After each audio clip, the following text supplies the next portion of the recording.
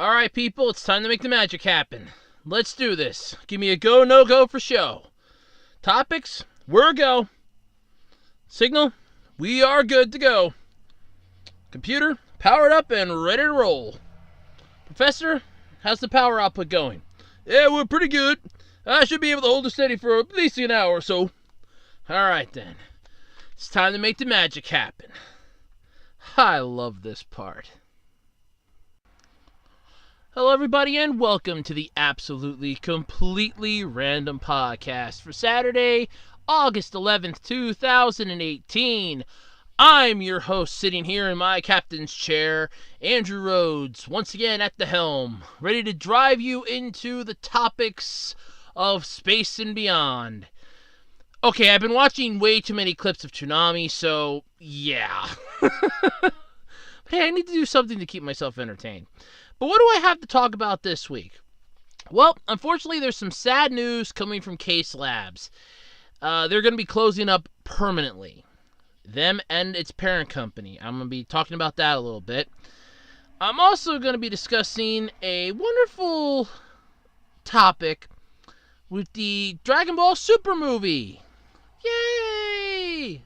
It's actually kind of interesting. Some more information came out for it. Let's see here. What else do I got? Oh yes, AT&T has acquired Crunchyroll. Yeah, well at least their parent company, Otter Media. That's gonna be fun to talk about. But while that may be annoying, I also have a topic about the Disney princesses in the new Wreck-It Ralph movie because we get to see them outside of their super costumes and everything else. So yeah, that's going to be kind of exciting. I'm also going to be talking about Monster Hunter World becoming the biggest Japanese game on Steam ever. Or so an article from Eurogamer claims. And the piece de resistance, because this one made me laugh so much it instantly became a topic. And I can thank Pat Country and Ian Ferguson. Wow, I pretty much just gave a whole bunch of yaoi writers some new material for months on end there. Holy crap. You can officially say hello to the first ever licensed Pikachu USB butt charger.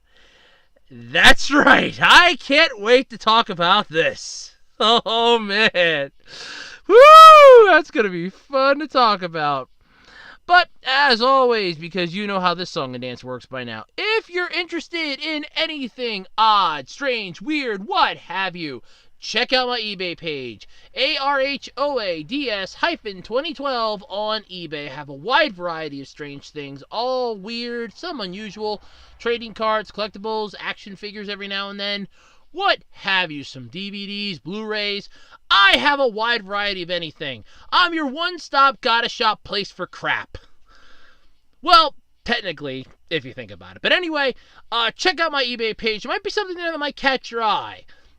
A DVD, a Blu-ray, an action figure that I might have up for sale. Just anything in general. Something might catch your eye. I do have some trading cards. I will be adding more stuff up as the holiday season comes because, hey, let's face it, the internet is the new toy store. Since Toys R Us is gone. I still can't get over that. I'm sorry. But anyway, if you're interested in that stuff, check out my eBay page, ARHOADS-2012 on eBay. Don't forget, you can also follow me on Twitter at OtakuRhodes, and you can also check out the official Web Designer 18 Facebook page. Because, hey, I gotta stretch myself out somewhere. Alright, so it's time to play everybody's favorite game, or at least mine anyway. How was Andrew's week? Is there a good way to define stupid yet entertaining? So, I guess I gotta explain all this. I believe it was Monday. I want to say Monday. I'm gonna go with Monday, because I'm pretty sure it was Monday. So Monday... Yes, it actually was Monday. So Monday I go down, had to ship something out to the post office, And on my way back home, because last Sunday we gave my grandfather's car a wash because he had to go to a doctor's appointment, and he wanted the car to look nice as it's sitting in the parking lot, like anybody really cares. But anyway, I mean, no, it does to him, but yeah, like anybody looking at it's really going to give like a rat's ass what it looks like. We went and got it washed, and as we were at the car wash, I saw they had a whole bunch of cool little things to help take care of the inside of your car on the outside, like stuff to help give your dashboard a better shine, to protect it from the UV rays and stuff like that. So I stopped there on Monday and I picked up a can, which is about $2 in quarters. It actually wasn't that big of a deal. And I got a thing of tire shine, which was ironically $2, and yet I found it today at the Dollar Tree for $1. So yeah, there was that. So I picked up this stuff and I cleaned the dashboard of my mom's car. Really looks nice. Picked up a bottle of something that I thought was the same thing, but it's slightly different at the Dollar Tree today. So I kind of had to think, I'll just go back and buy another $2 bottle at the car wash because, hey, it's actually a pretty good thing. I just wish I could find a bigger thing of it. It's an Armor All product, so there's got to be like a larger thing of it, but I have to remember what the name is. But anyway, so that was Monday, and after I cleaned the tires, cleaned the dash, had the car looking nice, I go out to later in the afternoon to see how the tires look since they were sitting there for a while. The front tires weren't really shiny, but according to the stuff, it's not going to be shiny. It's just going to look nice. They'll be clean and protected. I'm looking at the back tires and I'm like, oh, look, I got a twig stuck on the... I thought it was stuck in the groove. It wasn't a twig. Turns out I had a nail. A freaking finishing nail stuck in the back tire. It wasn't losing air. It wasn't screwed up, but the nail is just literally in the tire. So we're like, great, better go down and get this patched because with my luck, it would have broken my way to work. So go down quick to the garage, get it patched, and I was pleasantly surprised how quickly it was done, $18 later. No, I'm actually not. I mean, it's actually not too bad to patch a rear tire, taking that what the mechanic had to do, but still, I mean, that was a little much as far as I'm concerned, but I'm not really going to argue dollars and cents at this point. It was better than paying almost $100 for a new tire, which is probably what would have happened if it would have broke. Yeah, so not a good sign. But anyway, that was Monday. Tuesday was sort of uneventful, heat-wise, bit of annoyance from everything else. Wednesday was fun. Had myself pizza for lunch because my mom and grandfather, he had his doctor's appointment, so my mom took him. So I had the place to myself for a little while. I did some cleaning, then pretty much just watched some TV.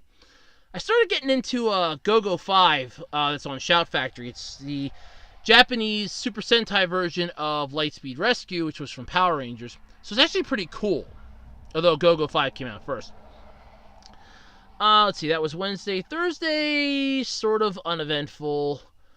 Friday, could have went better, I think. I think we were all having a horrible day on Friday. And then today was just one of those, you kind of want to throw up your hands and go, enough. Watched a movie, which now currently escapes me what we watched. Oh, Grown Ups, that's right. We watched Grown Ups today. It's not a bad movie. I liked it. I think my grandfather did, but he was sort of in his own little world today. But otherwise, I mean, we just had like a lightning storm and a thunderstorm and some rain, and otherwise, it's been like that. So, yep. I mean, I got some other stuff that's going on, but nothing I really want to talk about. But anyway... before I forget, there is a new Andrew's Theories video coming out soon. Just want to stress that. So there's something to look forward to. But anyway, let's jump into the podcast, shall we? Because I got a lot to talk about, and I really want to talk. Alright, so let's start off with this whole CaseLabs thing. Now, this got brought to my attention because of Balt Matrix, and this was actually put up on Twitter. This was on his Twitter page, and I saw it this morning. And it kind of caught my attention, mostly because I've heard of CaseLabs. What they do is they make custom computer cases, and unfortunately, they're closing up permanently. They've been forced into bankruptcy and liquidation because of tariffs that have been placed, raising prices by almost 80%, and you know, also, according to them, partly due to associated shortages, and it's cutting deeply into their margin.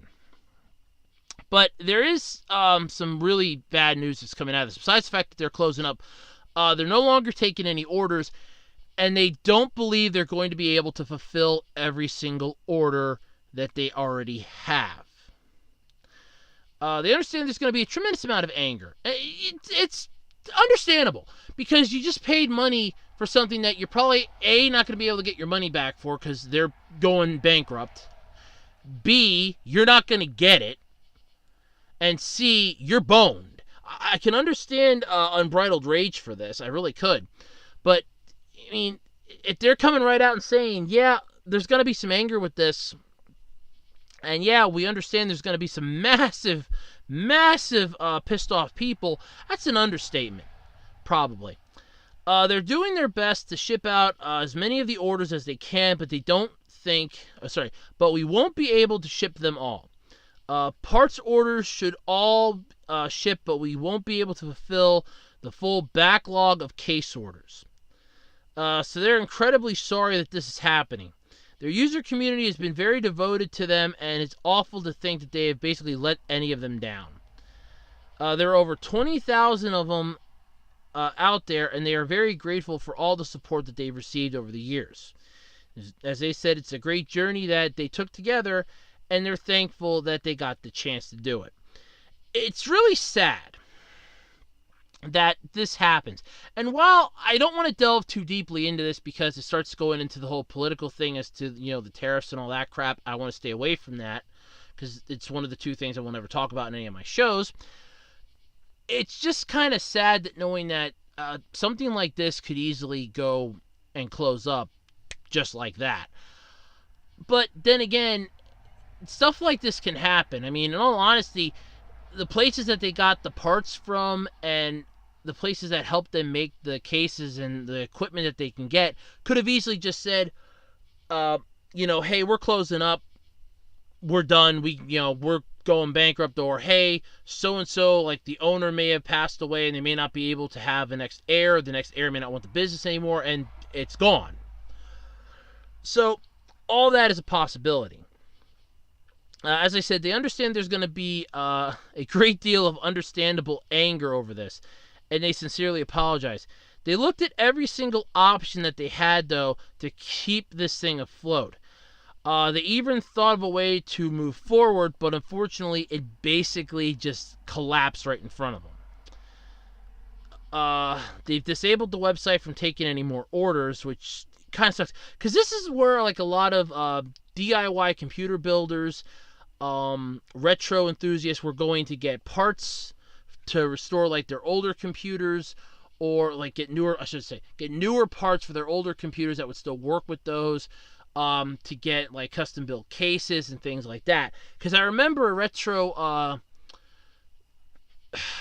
restorer talking about CaseLabs, how he went there, gets a couple parts, because the parts that he wanted for the computer he was fixing up, he could not find, no matter how hard he looked. And he said he scoured eBay, Craigslist, Amazon, Twitter posts, junk sites, things like that. He couldn't find it anywhere. None of the parts existed, and the replacement parts, he couldn't find anything that would be part specific for it, but he really wanted to fix the thing up.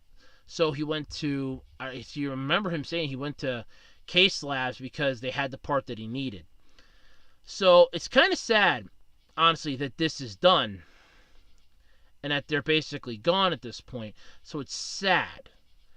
But at the same time, while this is sad, this could also open the door for somebody else that may want to do something like this and can learn from what they did wrong and try to improve upon it, or it's just going to be, this is where the lineage of it ends.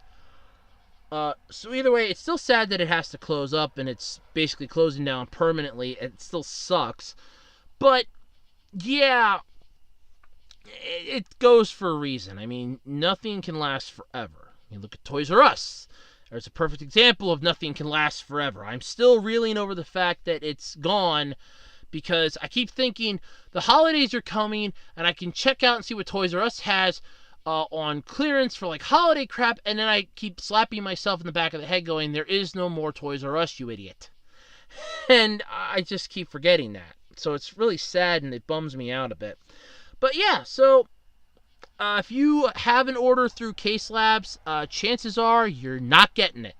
Unless it's a part order, chances are you're not getting it. If it is a case order, you ain't getting it. Part order, possibly. Case order, forget it. And it sucks. It honestly does. I feel for them. I really do. Because, I mean, I would hate having to go bankrupt all of a sudden if I had a business with customers that have, like, stuff that they ordered, they already paid for, and it's like, we can't fulfill the order. Because we're out of business. That would suck. It honestly would. Just makes me think of the Lego story. If anybody, by the way, gets a chance to check that out, I highly recommend you do it. You can find it on YouTube. It is really, really interesting story about Oleg Kirk Christensen and the entire family that started Lego. It's really good. I'm kind of hoping that CaseLabs has something similar to that happen to them, where, hey, we're just going to try to rebuild. Try like down the road, maybe a couple years from now, we'll try rebuilding. Maybe we can figure out some way to improve upon stuff and start doing this again. But if they don't, it was a nice run. They can't argue that. And I honestly just feel sorry for them. I really do. Alright, so the Dragon Ball Super movie is coming out in December in Japan. And my God, it just doesn't stop with the information. And in all honesty, I'm perfectly fine about that. Because this is going to be a humongous movie. Broly is now officially canon. We're getting this entire thing and everything else. So with this, Otaku Cart kind of had an article that caught my attention. So with Dragon Ball Super, and this is the first Dragon Ball Super movie, by the way, because Battle of Gods and Resurrection of F apparently don't count, even though they were the first two arcs in the freaking series. They don't count, apparently. So the hype train, though, is building for this tremendously early. The site just recently updated itself with character bios, pieces of information about the plot, and yes, the update includes Frieza's motives as to why he's on Earth. Because, obviously, he's there to kick Goku's ass and Vegeta's because he's pissed off at both of them. Come on. So the character descriptions were all on a thing. It's like a moving thing. But basically, it's same old, same old. Goku's still training after the Tournament of Power because he basically wants to get stronger after meeting so many stronger opponents. You have Vegeta, who's basically just doing what he always does. Bulma's collecting the Dragon Balls for some mysterious reason. Then you have Broly, Paragus, Frieza's army, Piccolo, and things like that. So basically, the entire cast of characters and the cavalcade of Z-Fighters and cohorts and that are coming into this movie. So, with Frieza being on Earth, though, old habits just die hard for him. They really do. He was given a new life because of Goku, and basically for everything that he did in the Tournament of Power, keeping the universe from being destroyed. The god of destruction, Beerus, told Whis, give him his life back. Consider that payment for helping our sorry asses in this tournament. Do something stupid, I'll erase you myself. Which you know Beerus can do, because he's the freaking god of destruction. Although Frieza can apparently hold back and actually hold off Destruction God's energy, which is an interesting thing to understand. But I'm not going to go into that. So, basically, the entire setting for this movie is still on Earth, but the movie is going to be located in the snowy land far from civilization. That way they don't have to draw too many people and nobody gets hurt. Yeah. So let's see. What else is there to talk about with this? Piccolo's role in the movie, we still have no idea. He probably has a special role in his own. because he's got a special character slot in the thing, so we don't know. Gohan's left out of this movie, though, about Saiyans. That's an ironic point, because out of the entire Saiyan race, you have Goku and Vegeta, who are the only two full-blooded Saiyans left. Now you can add Paragus and Broly, because they're canon now. So you have those two. So that's a grand total of 4 Saiyans. Goten, Gohan, and Trunks are half Saiyans, or as they've so nicely put it in this article, demi-Saiyans. Honestly, I couldn't see why they wouldn't be part of this, because they are part Saiyan. They're half Saiyan, half human, so that still counts. And Pan is like 1/3 Saiyan because she's 2 parts human, 1 part Saiyan. So there you go. So Gohan being left out of this kind of sucks. I mean, I can understand why. They're probably going to have like a mention of him in this. We might see him, but he's probably not going to be an actual character. It might just be a quick clip of him waving his arm or hand or something. That'll be the end of it. Which still kind of sucks.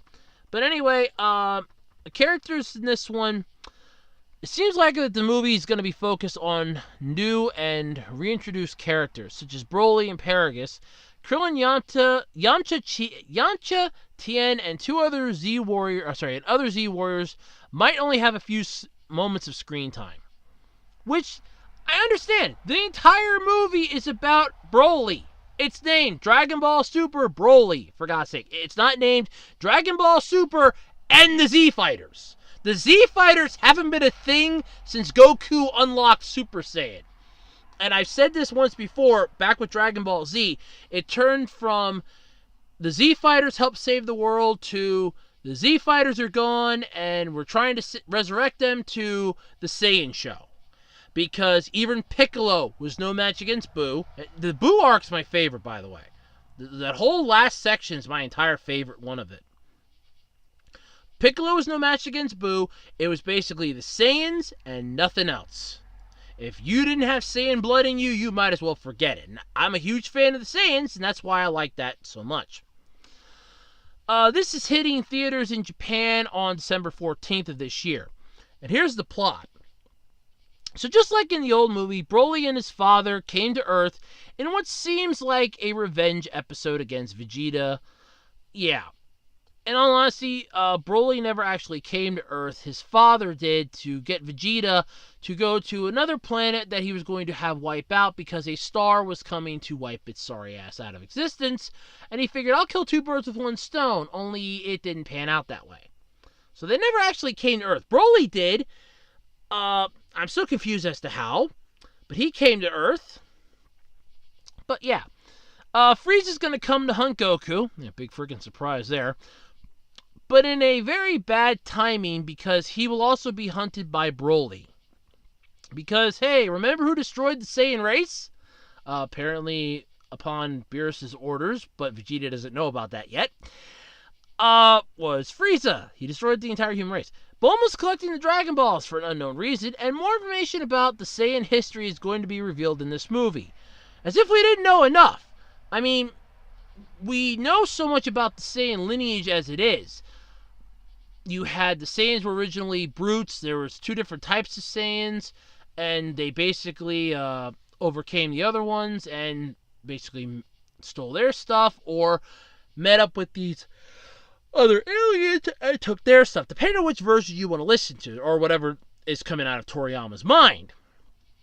Either way, I'm excited because I like the Saiyan race. So, yeah, they're impatient, they're passionate, they're fighters, they're powerful. I like the Saiyans. I'm sorry. I'm Team Saiyan in this one. I'm just saying, you know? I'm sorry, I had to throw that one in there. But anyway, like I said, this comes out on December 14th in Japan. I guarantee you it's probably going to be here in the U.S. maybe about a month or 2 later, because Funimation's going to try their damnedest to dub this thing fast, because they are going to want the money rolling in on this here for the U.S. release. And I mean, they're going to want the cash, and they're going to want the cash fast, because it is just a flat out, they have got to get this in the theaters because fans are going to want to see it. So anyway, if and when it does come out, I will try my damnedest to see it because I want to know what happens. Because this is interesting, beyond interesting. It really, really is. So, yeah. There's nothing else really to say, I guess, is there? It's just, I'm looking forward to it. Sans rule! Alrighty, let's talk about Monster Hunter World.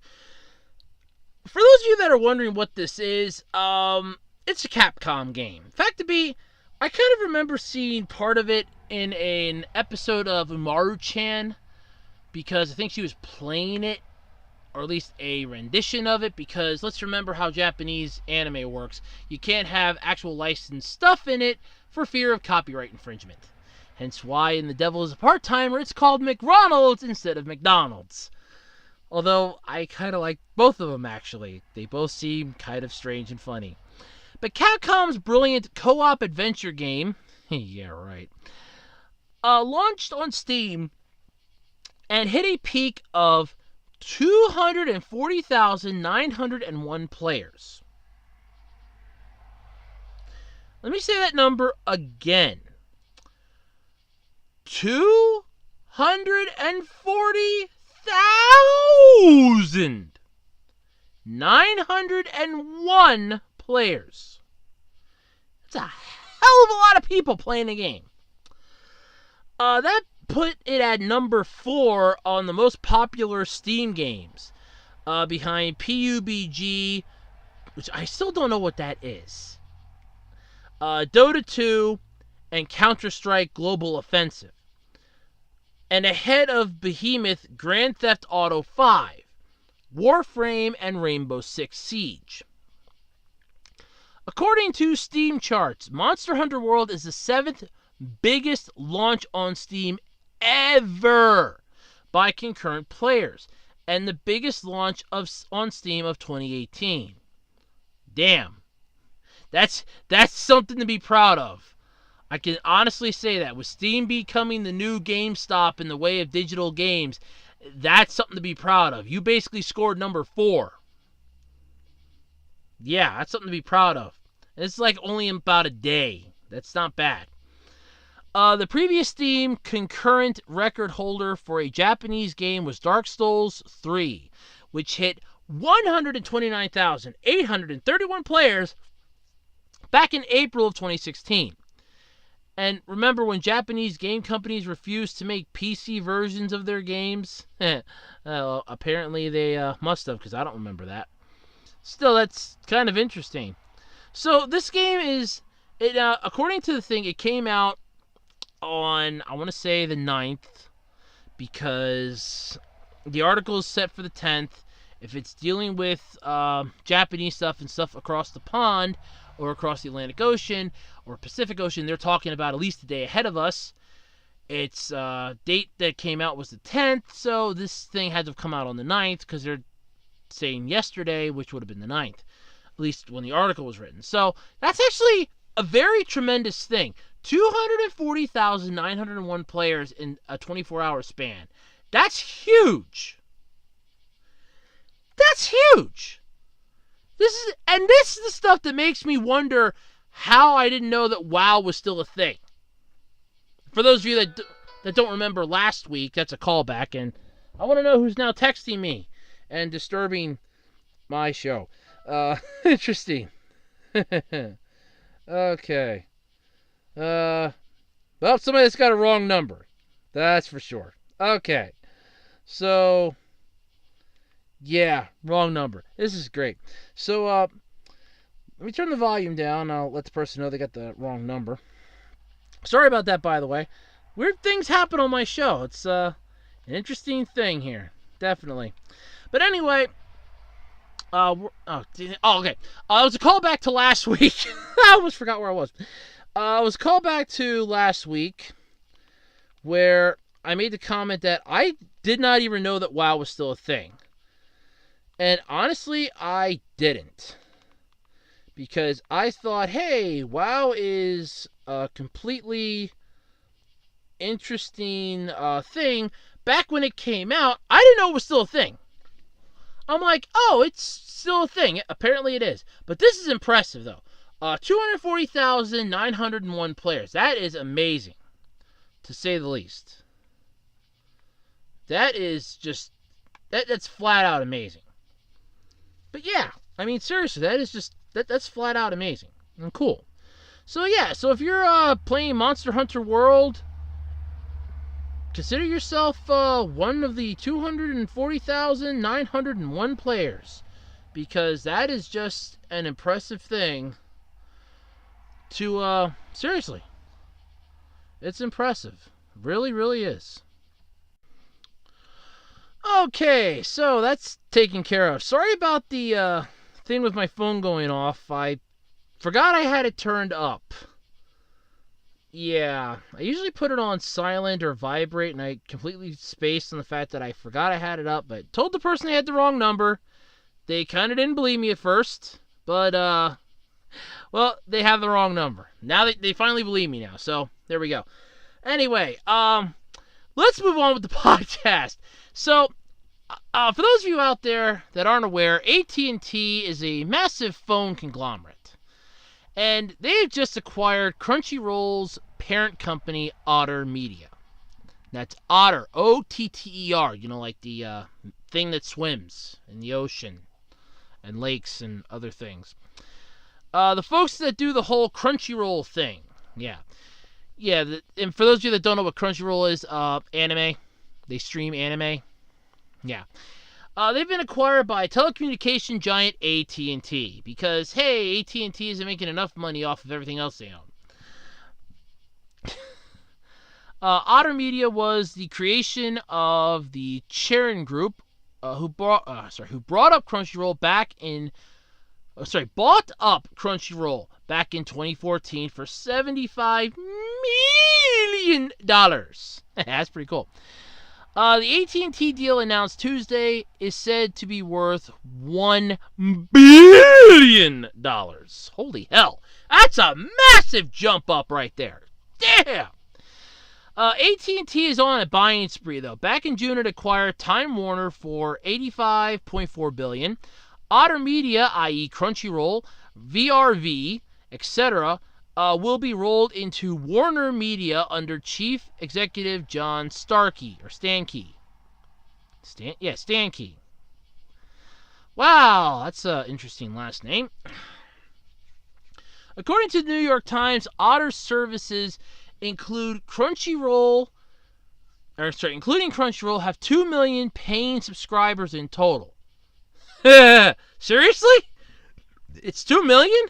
I thought it was a little more than that. 2 million? That's it? Wow. I thought it was a little more. That's on par with CBS All Access, Netflix. CBS All Access and Netflix, for further comparison, have 130 million. How is that a comparison? There's actually we have a bigger number than you. We have a larger number than you. How is that a comparison? Seriously. So how will Crunchyroll and its sister companies change now that they're owned by a giant tech conglomerate? Well, we'll just have to wait and see, won't we? I mean, let's just face facts here for a moment. AT&T kind of knows what they're doing, but there's a reason why you don't hear about AT&T that much anymore. Okay? And the main reason is because nobody cares about AT&T. If people cared about AT&T, honestly, we would just have, so many things. But nobody really cares that much about AT&T stuff. The fact that they now own Time Warner, the fact that they're now buying Otter Media to get their hands on Crunchyroll, does that mean that they're going to become a massive monopoly in the world of viewing shit? I probably wouldn't doubt it. But they'd have to, in all honesty, if they'd really want to scare me, they'd have to buy Google. I would pay to see that. AT&T buying Google. Oh, that would be great. Oh. But yeah, so basically, Crunchyroll's got a new parent company. Or I should say, its parent company has a new parent, basically. So, how is this going to change things? Honestly, I don't know. It could be one of three things. It could either just stay the same, keep the system that it's going. They might up the price for how much you're paying a month. I think it's like, what, $14.99, I think, for a month? But, yeah, so they could just up the price you're paying per month, which might lose them more. They could lower it to gain more people. It's just going to be one of those, we have to wait and see. This is we have to be patient.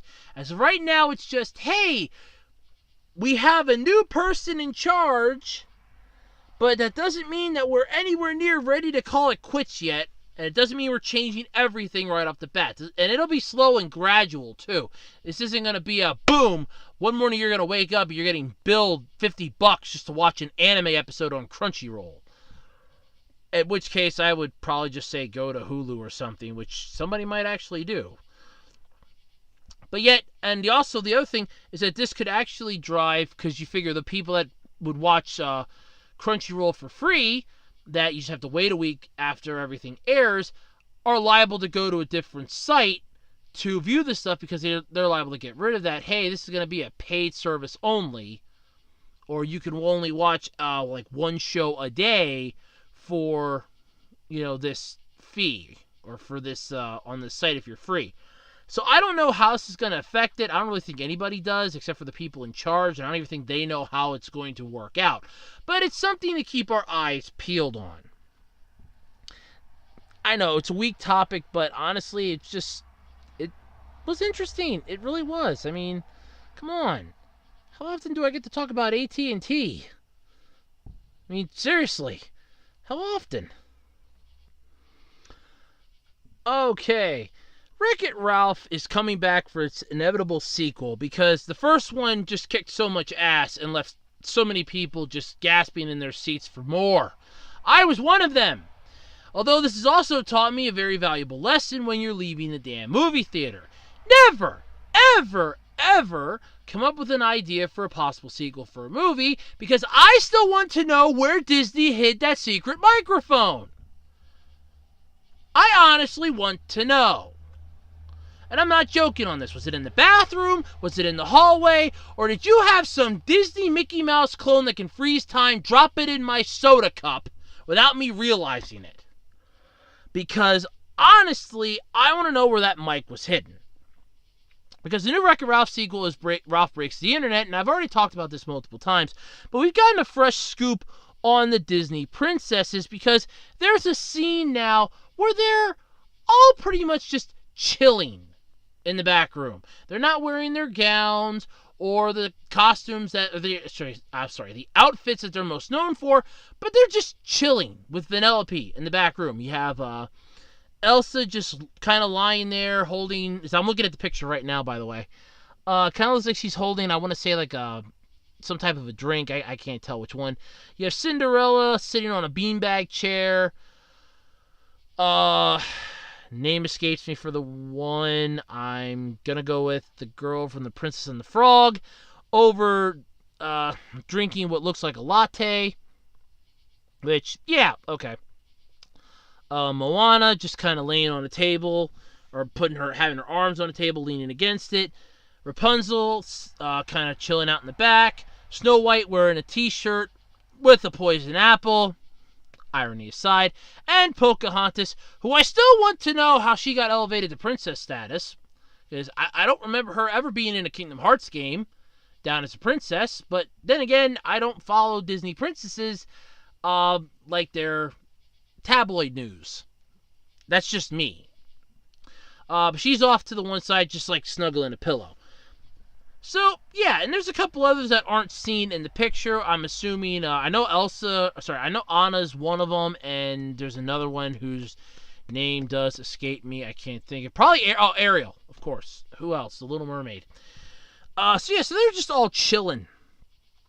So, the secret lives of video game characters, they were explored and exposed, mind you, in 2012's Wreck-It Ralph.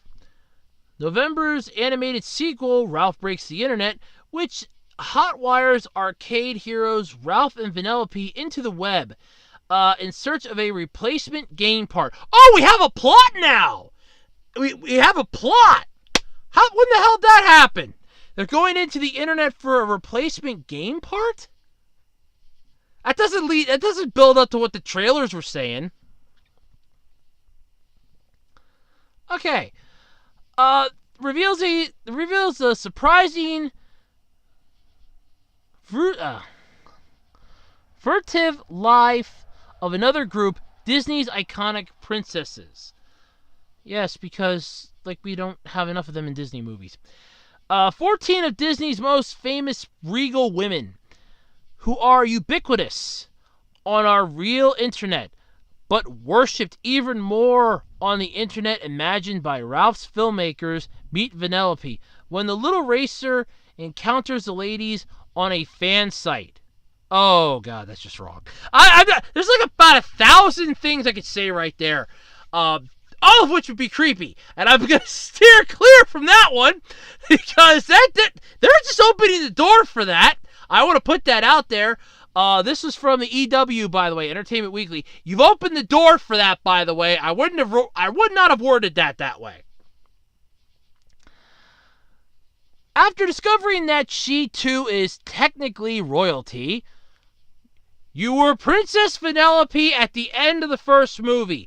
The whole deal with King Candy keeping your sorry ass out of the race and out in the wastelands till he captured your little butt and imprisoned you in the Candy Castle was because you are the princess. If you cross the finish line, it resets the game.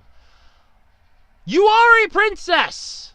What's this technically bullshit? She was a princess. I've seen the first movie. Don't make me hate this before it comes out. I'm looking forward to this. So Vanellope and the princesses strike up a friendship. Aww. But to say that the discoveries stop there is a wreck of an understatement. Because of Vanellope's laid-back influence, the princesses are serving up 14 brand new looks, previewed for the first time. You can check this out, by the way. After last week, I was asked to put links up. The links are going to be in the description, so you can check out the articles, and you can check out the pictures and stuff. This way, I avoid copyright issues. Yay! Copyright issues! Don't need that crap. But anyway, yeah, so that's actually kind of cool. So, a whole bunch of different outfits. Honestly, for somebody that grew up with, and honestly knows a good chunk of them, seeing them outside of their gowns and dresses and things like that and in normal clothes is actually a nice little take on the entire thing. Because, hey, they're normal. That's the whole point of this. Okay, so the one can freeze anything she touches. The other one got tricked into eating an apple with seven dwarfs around her. And that's what they were called in the thing. I am not being, insensitive. That was their entire thing. They were mythical creatures. Okay? That's what they were. They were mythical creatures. You got the one who listened to the wind, the one with the magic hair, one that got turned into a frog, one that basically lived a glamorous life for one night, one that was a mermaid, and one that basically was the sister of the one that can freeze anything. So it's an understatement. An understatement.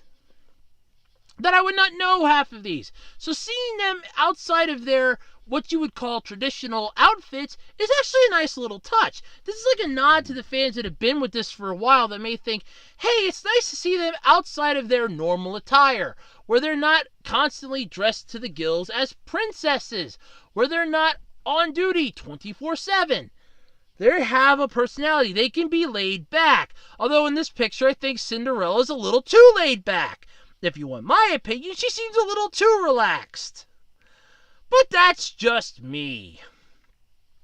Anyway, it's an interesting concept. And the fact that I'm still looking forward to this movie, so long as they don't find a way to screw it up, I am actually kind of interested in seeing this part now more than ever before. Mostly because I'm probably just going to be zoning through most of it, because it's probably going to be what is most commonly referred to as girl talk, which I have no issue with. Let's face it, when you grow up and you're watching the Golden Girls because your grandmother wants to watch it and she has the remote control for the hour and that's what's on, and you want to watch TV, it's either suck it up and watch this is designed for adults, not for kids, or go outside and play in the rain. Well, going outside and playing in the rain ain't an option. Can't go up to my room and play with my stuff because I'm making too much noise. So, yeah, I guess it's time to watch the Golden Girls and learn about older people. Wonder if that's how it messed up my life. Who knows? There's so many things I probably could have. I am wise far beyond my years. But anyway, I am looking forward to this, though. This movie I am looking forward to 100%. This is the last movie I'm looking forward to for the year. So in all honesty, when it comes out, I will try my best to go see it because I'm probably going to be working night shift then. Yay, night shift. Maybe I can pull my cards. Maybe if I can play my cards right, I can figure out a way to go see the movie before I have to go to work. That would actually work out pretty cool if that would work. I doubt it will, but I could try. Or I could just wait till the day off and go watch it then. Or just do like I'm going to do for a majority of this stuff and wait till it comes out on DVD. Because Infinity War's on my DVD to get list. Pacific Rim Uprising's on my DVD to get list. Even though I saw the Everything Wrong with Cliff Notes version. Ready Player One's on my list. The Incredibles 2's on my list. Because I didn't get a chance to go see those in the theaters. Yep. They're all on my list. So, yeah. But anyway, like I said, I'm looking forward to it. And check out the article. You can see you might see your favorite Disney princess in a different outfit. Because, hey, who doesn't want to see something that they admired as a kid looking normal and not high class and I'm on 24/7? Because, come on, that's actually a good thing to not be on 24/7. Alrighty, finally, the moment I've been waiting for. It's time to talk about the Pikachu Butt Charger. Okay, I just want to stress this. First off, I found this hilarious. And I'm going to try my best to not laugh hysterically at this. But let's face it, I'm going to be laughing hysterically at this because this is just so damn funny. So Pat Contry and Ian Ferguson, hosts of the CU podcast, had a topic up about this Pikachu Butt Charger. And when I saw this, I thought they're joking. This has got to be like a joke. Or somebody made this, or they're thinking about coming out with it, or it's a Kickstarter thing or something. No, it's actually real. According to Nintendo Life. And this is honestly a scary thing here. So, this apparently will power USB-AC, or ANC, or just AC, I'm not sure. But this is funny. So, it's definitely a US plug. It's got the two-prong thing, so you don't have to worry about getting an adapter or something, making this look really stupid. You can actually plug it into the wall, and you stick the charger, not in Pikachu's butt, mind you, but in its belly button. And it's basically like the back end of Pikachu sticking out of your electric socket. Which is just so cute! I mean, seriously! So Nintendo's announced that it will be releasing a brand new, officially licensed Pikachu USB charger that essentially looks like its rear end is sticking out of your living room wall. Because what Pokemon fan wouldn't want their favorite electric mouse's rear end to come out of their electric socket?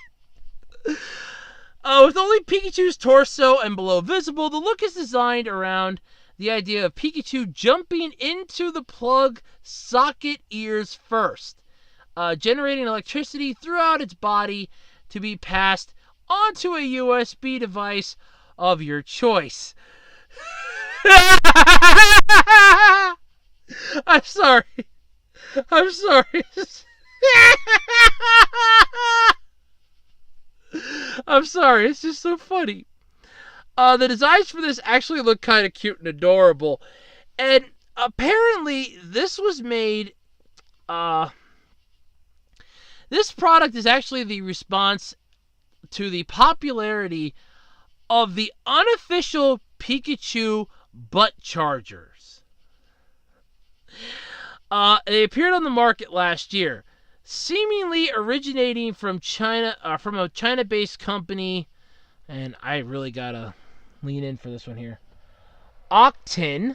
These Pikachu knockoffs, and knockoffs is the nicer way of saying this.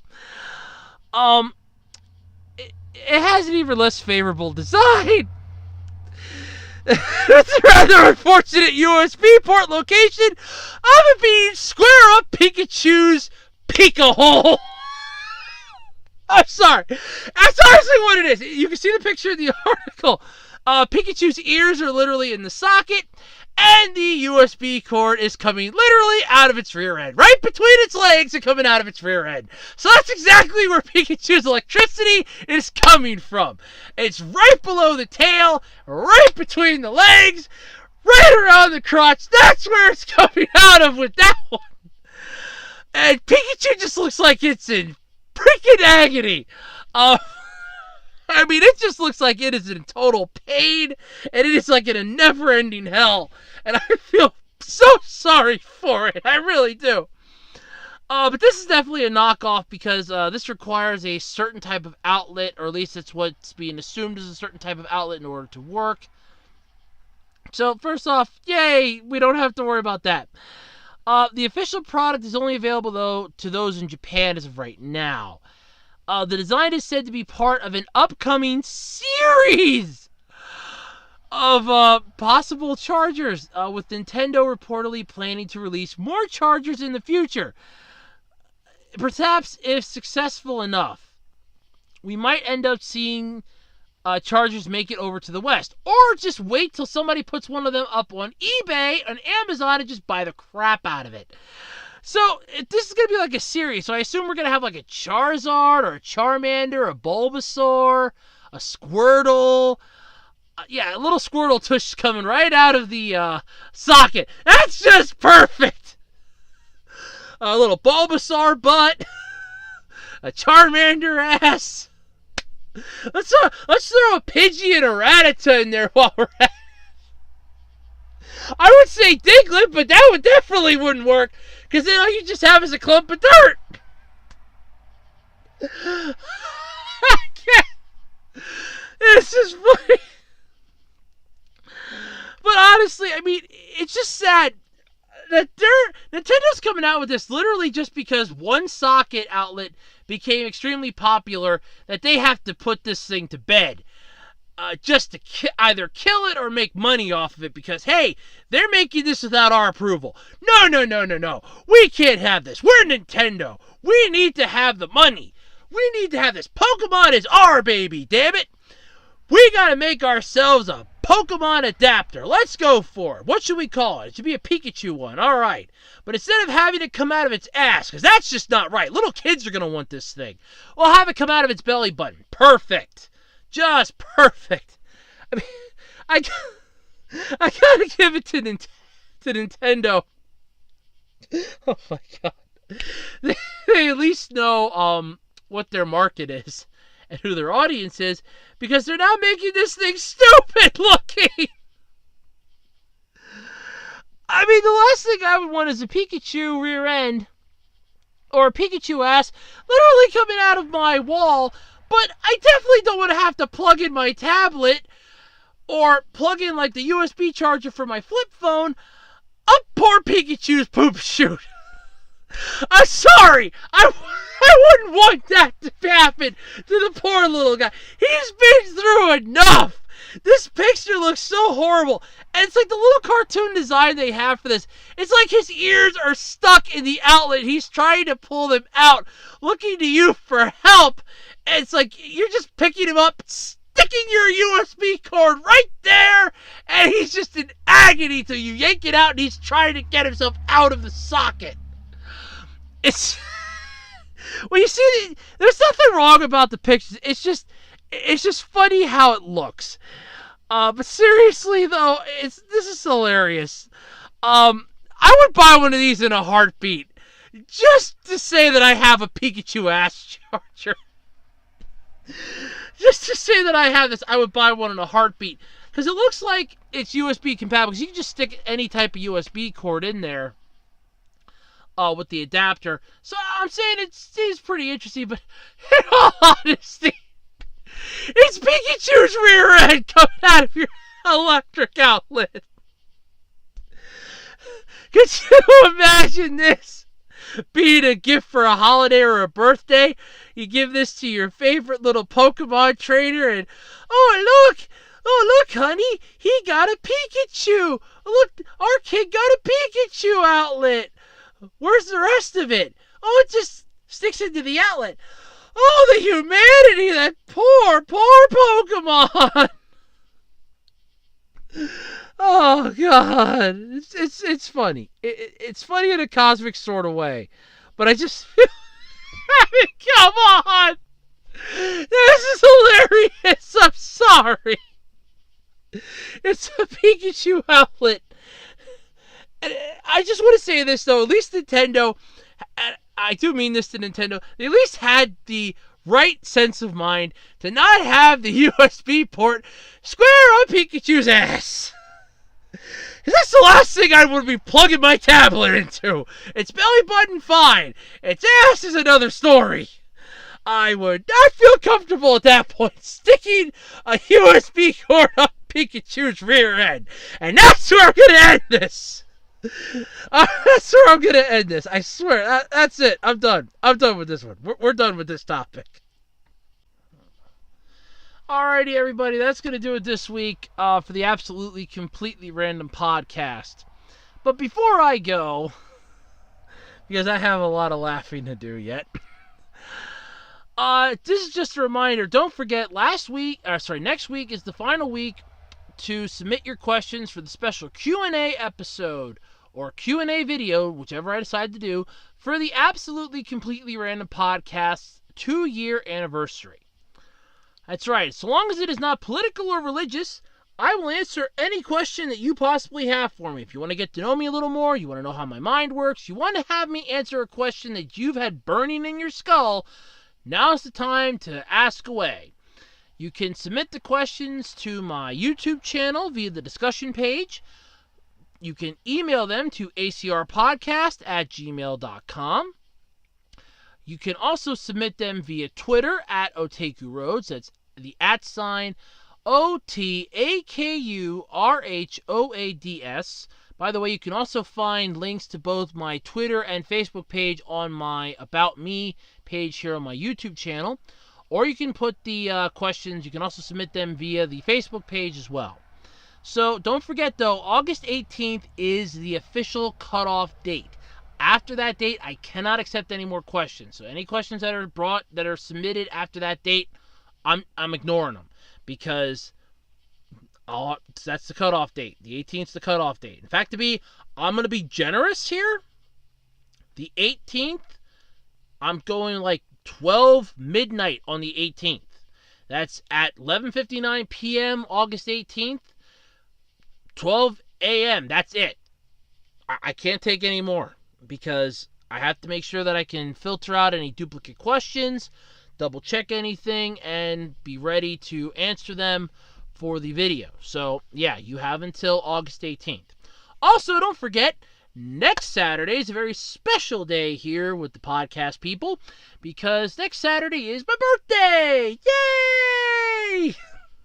I'm actually kind of looking forward to it. I'm going to be 29 years old, so it's going to be kind of an interesting day, I hope. So long as nothing bad happens, but you never know with how life wants to go sometimes. Yeah, I kind of agree with something I saw today on Facebook. I kind of feel like my life's in season 5 and the writers are just winging it at this point. Wouldn't really doubt it.